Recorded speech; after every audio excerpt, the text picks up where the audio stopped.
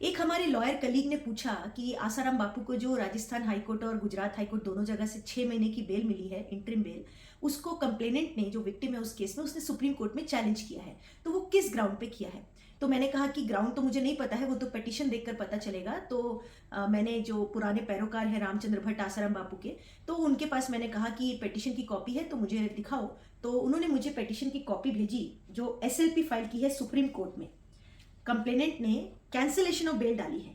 तो ये जब पिटीशन मैंने पढ़ी तो इसमें देखा कि जो ग्राउंड कंप्लेनेंट ने लिया है कैंसिलेशन ऑफ बेल का, मतलब मेरे 10 साल के कैरियर में, 10 साल हो गए मुझे वकालत प्रैक्टिस करते हुए, तो ऐसा ग्राउंड पहली बार मैंने देखा है कि कोई कंप्लेनेंट ने कैंसिलेशन ऑफ बेल के लिए डाला हो। इसमें कंप्लेनेंट ने ग्राउंड लिया है, एक तो मेडिकल पे ग्राउंड लिया है कि जो मेडिकल ट्रीटमेंट के लिए बेल दी गई है वो जेल में भी हो सकती है। दूसरा एक विचित्र ग्राउंड ये लिया है कि बाहर आने पर, यानी जो बेल पर आसाराम बापू बाहर है, वो बाहर सत्संग कर रहे हैं अपने लोगों में, ये ग्राउंड पे बेल की कैंसिलेशन मांगी है। अब जनरली कैंसिलेशन ऑफ बेल का लॉ क्या कहता है कि अगर किसी कंप्लेनेंट को एक्यूज्ड की बेल को कैंसिल करवाना है और वो हायर कोर्ट में चैलेंज करता है बेल को, कैंसिलेशन ऑफ बेल का प्रेयर करता है कोई भी कंप्लेनेंट, तो उसमें मेन ग्राउंड ये होता है कि कंप्लेनेंट को या कंप्लेनेंट की फैमिली को, विटनेसेस को कोई खतरा है, कोई थ्रेट है या कोई धमकी दी है एक्यूज साइड की तरफ से। तो ऐसा कोई भी ग्राउंड इस पूरी एसएलपी में, पूरी पिटीशन में कहीं भी ऐसा कोई ग्राउंड नहीं है। ग्राउंड यही है कि आसाराम बापू बाहर आकर अपने लोगों में सत्संग कर रहे हैं। अब वो सत्संग क्यों कर रहे हैं, इस ग्राउंड पर कैंसिलेशन ऑफ बेल कंप्लेनेंट ने मांगा है। ये बात फिर हमने अपने कलीग को बताई, जो लॉयर हैं उनको बताई, तो वो भी हैरान हुए कि भाई उन्होंने भी कभी ऐसा केस नहीं देखा। तो हमने कहा कि चलो हम देखते हैं सुप्रीम कोर्ट इसमें ऐसे केस में क्या करती है, कि कैंसिलेशन ऑफ बेल, क्या ऐसे ग्राउंड पे भी कोई बेल कैंसिल हो सकती है। कानून के नजरिए से ये भी हमारे लिए भी एक सीखने की नई चीज होगी। तो जो लॉयर कलीग है वो बोले, लेकिन एक बात है कि मीडिया के कुछ लोग, जो कंप्लेनेंट के फादर हैं, उनसे पूछ रहे थे कि भाई आपने कैंसिलेशन डाला है सुप्रीम कोर्ट में, तो वो क्या आपको कोई जान का खतरा है, क्या आपने इसलिए डाला है? तो उस समय कंप्लेनेंट के फादर ने बोला है कि हाँ, जान का खतरा तो है, हमको उनसे जान का खतरा है, वो बाहर हैं तो कुछ भी हो सकता है, वो अपने लोगों को भड़का सकते हैं।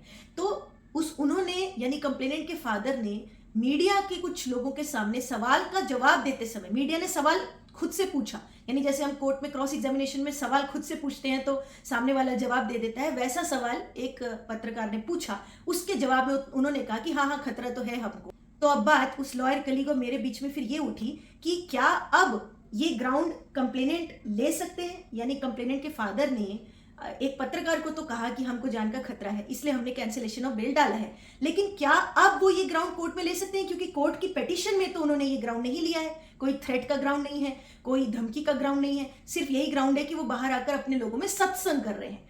थ्रेट का कहीं भी पिटीशन में कहीं भी नाम नहीं है, कहीं भी ग्राउंड नहीं है। खुद ये पिटीशन की कॉपी है मेरे पास में, एसएलपी की कॉपी है, वो मैंने पूरी देख ली है, पूरी गो थ्रू करी है और अपने लॉयर कलीग को भी दिखाई। तो उनका ये प्रश्न हुआ अगला, मतलब बातचीत में ही फिर दूसरा प्रश्न ये आ गया कि क्या अब कंप्लेनेंट का फादर ये ग्राउंड इंक्लूड कर सकते हैं? तो हमारी प्रैक्टिस के अनुसार, यानी हमने जो क्रिमिनल साइड प्रैक्टिस की है उसमें तो ऐसा होता है कि जो ग्राउंड लिया गया होता है पिटीशन के अंदर, उसी ग्राउंड पर ही उनके वकील को आर्ग्यू करना होता है। अब इस केस में, आसाराम बापू के बेल के केस में, हाई कोर्ट में भी कंप्लेनेंट की तरफ से या फिर स्टेट गवर्नमेंट की तरफ से, दोनों की तरफ से धमकी या थ्रेट का कोई भी ग्राउंड नहीं था। और सुप्रीम कोर्ट में भी पहली बात तो स्टेट गवर्नमेंट ने चैलेंज किया ही नहीं है, कंप्लेनेंट ने चैलेंज किया है। और कंप्लेनेंट ने भी अपनी पूरी पिटीशन में जो कैंसिलेशन ऑफ बेल मांगी है, उसमें कहीं भी थ्रेट का ग्राउंड नहीं लिया है, कोई जान के खतरा का ग्राउंड नहीं लिया है। अब पिटीशन में नहीं लिया है तो अब बाद में वो ऐड नहीं कर सकते हैं, जैसा कि पत्रकार को कंप्लेनेंट के फादर ने जवाब दिया है। लेकिन अब ये देखने वाली बात होगी कि सुप्रीम कोर्ट में क्या होता है। क्या सुप्रीम कोर्ट में इस पिटीशन के अलावा ओरली वो नया ग्राउंड ले सकते हैं क्या? हमने तो देखा है सुप्रीम कोर्ट की प्रैक्टिस में कि नहीं होता है ऐसा, जो पिटीशन में ग्राउंड लिया है वही ग्राउंड पे आर्ग्यू करना होता है। अब देखना ये है, पहली बात तो ये देखने वाली होगी, कानून के नजरिए से देखने वाली बात होगी, कैंसिलेशन ऑफ बेल जनरली उन केसेस में ही दी जाती है जिसमें कि कंप्लेनेंट या विटनेसेस को जान का खतरा हो, विटनेसेस को टैंपर करने का बात हो। यहाँ पे तो वैसे ट्रायल कंप्लीट हो ही चुका है, टैंपर की बात नहीं है, जान के खतरे का एक ग्राउंड हो सकता था जो कि जनरली कैंसिलेशन ऑफ बेल्स में होता है। जैसे कि निकिता तोमर केस में आरोपी को बेल मिल गई थी तो उसने बाहर आकर हमला कर दिया था।